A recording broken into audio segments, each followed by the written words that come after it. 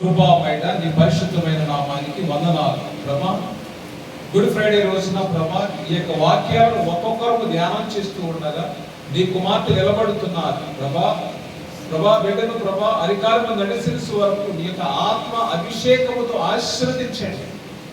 ఎలాంటి నాయన భయము ఆందోళన టెన్షన్స్ ఏవి కూడా బిడ్డ మీద దాడి చేయకుండా నీ కృపను నీ కుమార్తెకు తోడుగా ఉంచి ప్రభా నిలబెట్టమని, ప్రభా నీ వాక్కును బయలుపరచమని, వింటున్న బిడ్డలు కూడా శ్రద్ధగా వినడానికి మీరు కృప చూపించండి. చిన్నారి బిడ్డలు కూడా మీ ఆధీనంలో తీసుకోండి. ఎలాంటి డిస్టర్బెన్స్ లేకుండా ఈ యొక్క ధ్యానము ప్రభా యథార్థముగా పరిశుద్ధంగా కొనసాగించడానికి మీరు మా అందరికీ సహాయం చేయమని యేసయ్య పరిశుద్ధమైన నామములో అడిగి వేడుకుంటున్నాము తండ్రి, ఆమేన్. జస్ట్ స్టార్ట్ యేసు నామములో పాడండి.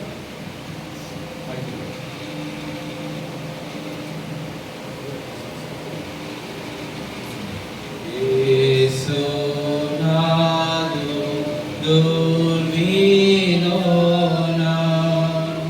వాసి చెంది ప్రేమానోడా దాసులన్ రక్షించెను, దాసులన్ రక్షించెను.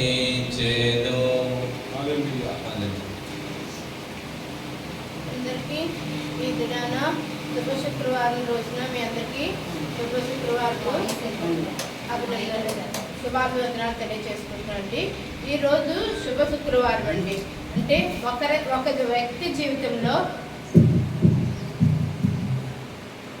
వ్యక్తి జీవితంలో చివరిగా ఎవరైనా మనకిప్పుడు తెలుస్తుంది, ఎవరైనా చనిపోతున్నారు అనుకోండి, వాళ్ళు లాస్ట్లో ఏం మాట్లాడుతున్నారు, ఆఖరి క్షణంలో ఎలాంటి మాటలు చెప్తున్నారు, ఎవరికి ఉపయోగపడినటువంటి మాటలు చెప్తున్నారని మనం కొన్నిసార్లు చనిపోతున్నప్పుడు వారి పక్కకి వెళ్ళి అడుగుతాం, మీకు ఏమైనా చెప్పాలని ఉందా, మీరు ఏమైనా మాట్లాడాలనుకుంటున్నారా, మీరు చేయకూడదు, అలాంటివి అడుగుతాం. అలాగే ప్రారంభపు మాటలు, ప్రారంభపు మాటలు చివరి మాటలు కూడా చాలా విలువైనవండి.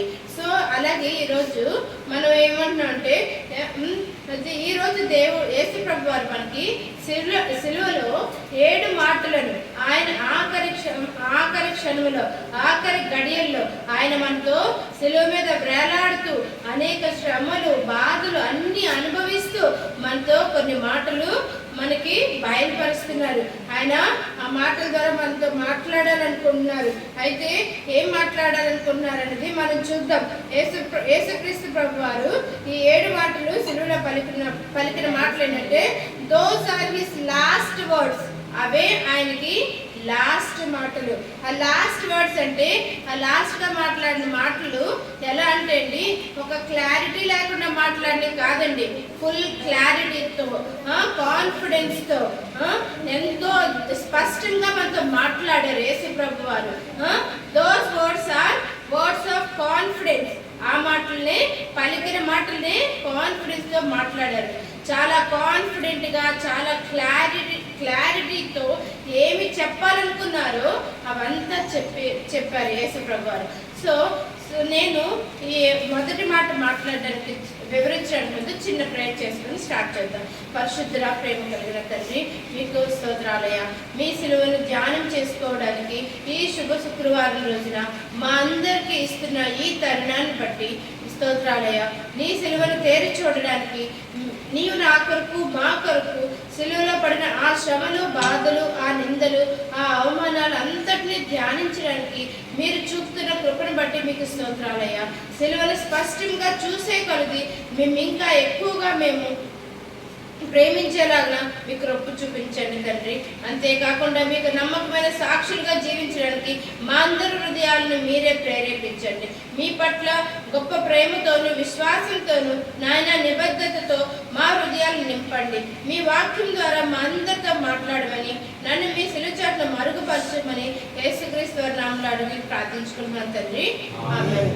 ఇప్పుడు సిలువలో పలికినటువంటి మొదటి మాట అండి, ఏంటది? తండ్రి మీరేమి చేయుచున్నారో మీరెరుగరు. Father, forgive them, for they do not know what they are doing. Father, వాళ్ళు ఏం చేస్తున్నారో వారికి తెలీదు, క్షమించండి అని అంటున్నారు. వీరు అంటే ఎవరండి? వీరు వీరికి వారికి అంటే వీళ్ళెవరు అని ఒకసారి అది కూడా చూద్దాం. అయితే వీరు అనేదాన్ని నేను చెప్తాను. ఫస్ట్ యేసుక్రీస్తు వారి యొక్క సిలువ బలియాగం అనేది మనందరికీ తెలిసిందే. ప్రతి సంవత్సరం కూడా ఈ గుడ్ ఫ్రైడే రోజున 7 మాటలు మనం ధ్యానించుకుంటూ ఉంటాం. దానిలో భాగంగానే ఈరోజు నేను మొదటి మాటను ధ్యానించడానికి ముందుకు వచ్చిన్నానండి. మొదటి మాట, తండ్రి వీరేమి చేయుచున్నారో వీరికి తెలియదు కనుక వీరిని క్షమించండి, క్షమించు అని ఉంటుంది. అంటే ఎక్కడండి ఇదంతా మనకి ఎక్కడ జరుగుతుంది? ఇది ఏ స్థలంలో జరుగుతుంది? కపాలం అనబడినటువంటి ఆ యొక్క స్థలంలో గొల్గతా అనేటువంటి ప్రాంతంలో ఈ యొక్క ఇదంతా జరుగుతుందండి. ఆయనతో పాటు యేసుక్రీస్తు ప్రభుతో పాటు 2 దొంగలు కూడా ఉన్నారండి. వారిద్దరు కూడా శిక్షించబడ్డారు. కాకపోతే ఇప్పుడు ఆ దొంగలతో పాటు యేసుక్రీస్తు ప్రభు వారిని కూడా సిలువపై వేలాడతీసి చంపాలి. శిక్ష వేసింది ఎవరండి? యేసుక్రీస్తు ప్రభు వారికి శిక్ష వేసింది ఎవరు? పొంతు పిలాతు. శిక్ష వేయమని అడిగింది ఎవరు? యూదులు. శిక్ష వేయమని అడిగింది యూదులు. కానీ ఆ శిక్షను వేసేది అమలు పరిచేది ఆ సైనికులు, ఆ సైన్యాధిపతి అనండి. వారంతా చిత్రహింసలు చేస్తున్నారు, కొరడాలతో కొడుతున్నారు, ఈడ్చుకెళ్తున్నారు, శిక్షలు చాలా భయంకరంగా అమలు చేస్తున్నారు. దారుణంగా చిత్రహింసలు చేసి సిలువకు మధ్యలో 2 చేతులు పెట్టి మేకలు కొట్టి కాళ్ళకు మేకలు కొట్టి సిలువ మీద వేలాడదీశారండి యేసు ప్రభు వారిని. ఈరోజు మనం ఈ స్థలంలో ఉన్నాం కాదండి, మన హృదయాల్ని, మన మనసుని మనం ఇప్పుడు కపాలమని పడే స్థలంలో ఉన్నామండి. గొల్గతా అనే ప్రాంతంలో ఉండి యేసు ప్రభు వారి ఆయన పడుతున్నటువంటి శ్రమను మనము ఇప్పుడు ప్రత్యక్షంగా మనం చూస్తున్న వారుగా మనం ధ్యానిస్తున్నామండి. ఎవరు మనసును మాత్రం దేవుని మీద పెట్టండి. మన ఆలోచన, మనం వింటున్న ప్రతిదీ కూడా మనం కూడా అక్కడ యూదులు వేస్తున్న శిక్ష వేస్తున్న ఆ స్థలంలో ఉన్నామన్నట్టుగా మనం ఇప్పుడు మనం ఇక్కడ సిద్ధపరచుకొని 7 మాటలు వినాలండి. అయితే ఇప్పుడు ఏమవుతుంది? అలా సిలువ మీద వేలాడుతూ పలికినటువంటి మాటలే ఈ 7 మాటలండి.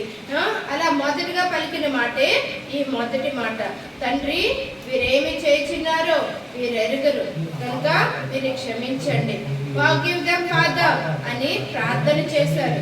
అయితే సిలువ శిక్ష వేస్తున్నారండి. కపాలం అనేటువంటి స్థలం ఏంటంటే ఆ స్థలంలో ఓన్లీ మరణ శిక్షలు, పనిష్మెంట్లు ఇలాగ విధించేటువంటి స్థలం అండి. ఆ కపాలం అనేటువంటికి ఒక పేరుంది. ఆ పేరు ఏంటంటే తప్పు చేసిన వాళ్ళకి శిక్షలు విధించేటువంటి స్థలం అండి, మరణ శిక్షలు విధించేటటువంటి స్థలం అండి. కాకపోతే ఈ సిలువ శిక్ష వేస్తున్నారు, అనేక శిక్షలు వేశారు. ఆ కపాలం అనేటువంటి స్థలంలో గొల్గొతా అనేటువంటి ప్రాంతంలో చాలా శిక్షలు వేశారు.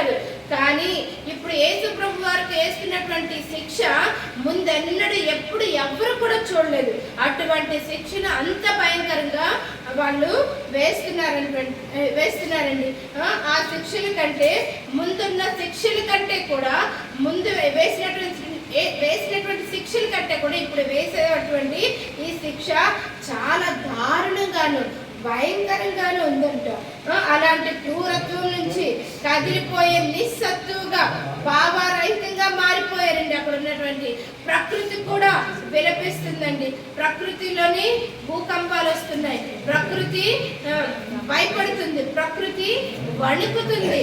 విపరీతమైనటువంటి గాలి, చీకటి, ఇంకా భూకంపం, ఇవన్నీ అంటే యేసు ప్రభు శిలువ మీద వేలాడుతూ ఆయన ఇబ్బంది పడుతూ ఆయన చిత్రహింసలకు గురి చేసినటువంటి ఆ సిచ్యువేషన్కి మనుషులే కాదండి, ప్రకృతి కూడా విలిపిస్తుంది, ప్రకృతి కూడా భయం చెందుతుంది.